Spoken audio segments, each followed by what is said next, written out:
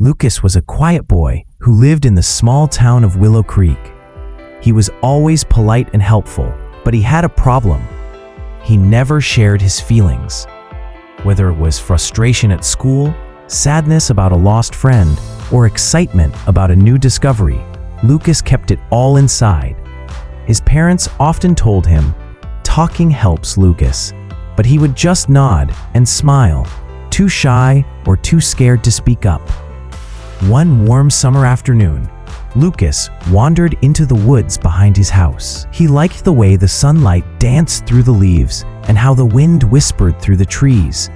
As he walked, he stumbled upon a smooth, round stone sitting atop a mossy patch. It looked ordinary, yet there was something about it that drew him closer. On a whim, Lucas picked up the stone and held it in his hands. "I wish someone would listen to me," he whispered. To his surprise, the stone seemed to glow faintly, almost as if it had heard him.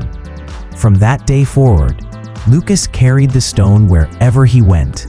Every evening, after a long day at school, he would sit under his favorite oak tree, talking to the stone about everything on his mind.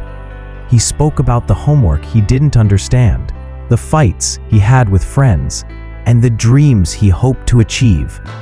The stone never judged, never interrupted. It simply listened. Days turned into weeks, and Lucas began to notice something changing within himself.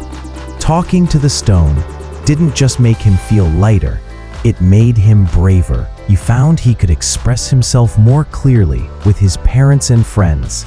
When he felt nervous or anxious, he would hold the stone tightly and speak his thoughts aloud, as if the stone were still beside him.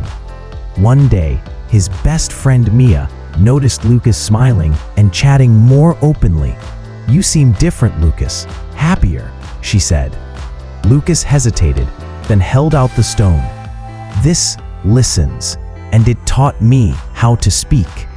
Mia laughed, but she understood. Soon, other friends joined him under the oak tree, taking turns to share their thoughts.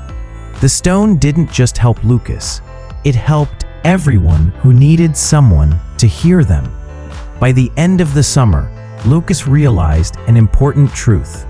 While the stone had been magical in its own way, the real magic was learning to open his heart.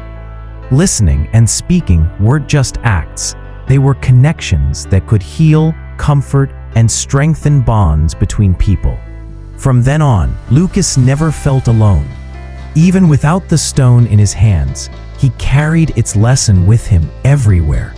Sometimes, all someone really needs is to be heard.